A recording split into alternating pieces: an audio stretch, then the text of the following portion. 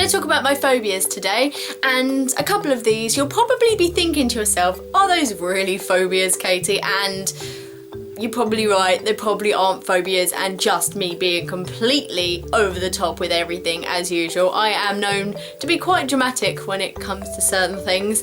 Anyways, I'm one of those people that when confronted with my phobia, I need to reassess whether I still feel that same way. For example, I hate velvet, but I feel as though I need to touch it every time I'm near it just to confirm to myself that I do in fact hate the touch of velvet. Can't stand it. Even just hearing the word just makes me cringe. And I grew up in the 90s where there was a lot of velvet around. There were velvet tracksuits, velvet hoodies, velvet dresses.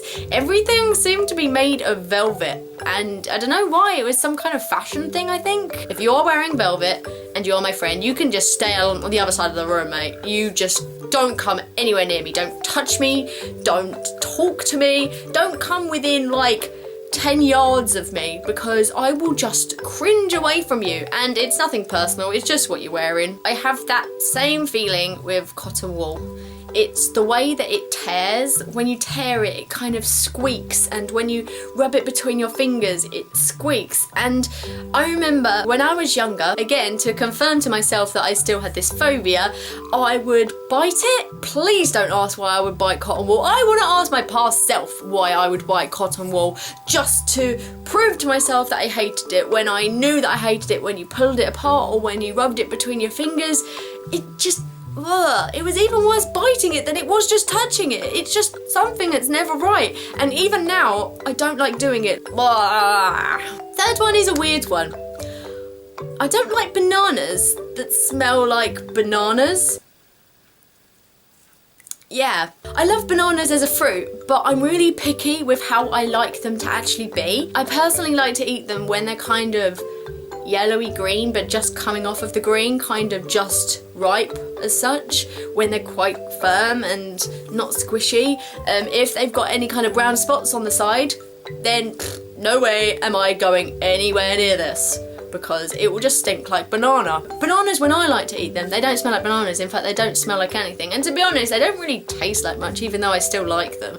But bananas, when they smell like bananas, taste like bananas. I have no idea what I just said, to be honest. I hope that made sense. I have this thing that whenever I do see a brown banana, I have to smell it, even though I hate it. Not even joking, I've had smells of banana before and I've been retching everywhere because it just stinks and I hate it and it makes me feel so sick. Everyone at work just takes the mick out of me for doing this. They leave banana skins on my chair, they shove it in my face, they say, "Oh, Katie, I've got a surprise for you," and get out a banana that's really brown. And it's just not funny.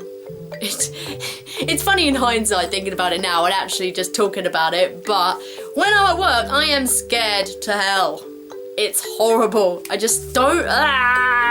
The fourth one is a new one that I've only recently found out. Now, I'm not entirely sure if the internet has kind of made me into this and influenced me in a way, but I remember being on Facebook one time and I saw this picture of this girl with loads of kind of indentations in her knees, and you went onto the link and it showed you lots of pictures with little tiny holes, and this phobia is called trypophobia. It is the fear of holes, basically. I think it may have been the internet that forced me to feel like this, but whenever I would look at them and lots of little holes in sequence, it would make me feel hollow and it would make me shiver.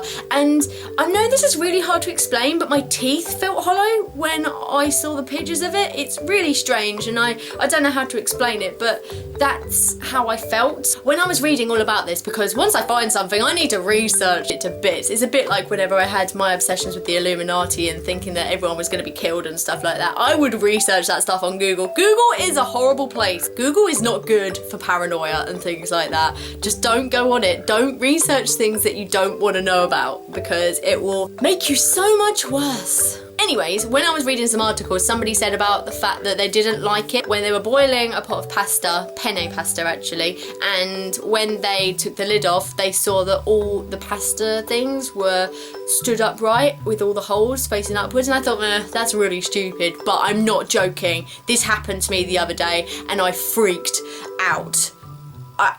I don't understand why I did. I took the lid off of the pasta and there they were, all of the penne pastas stood up on their ends with the circles at the top and I just ran away. I literally ran around the corner where the door was because I just couldn't take it. It was just so creepy. I had to get my mum to go up to the pasta and to stir it so that all of the pasta would just go downwards.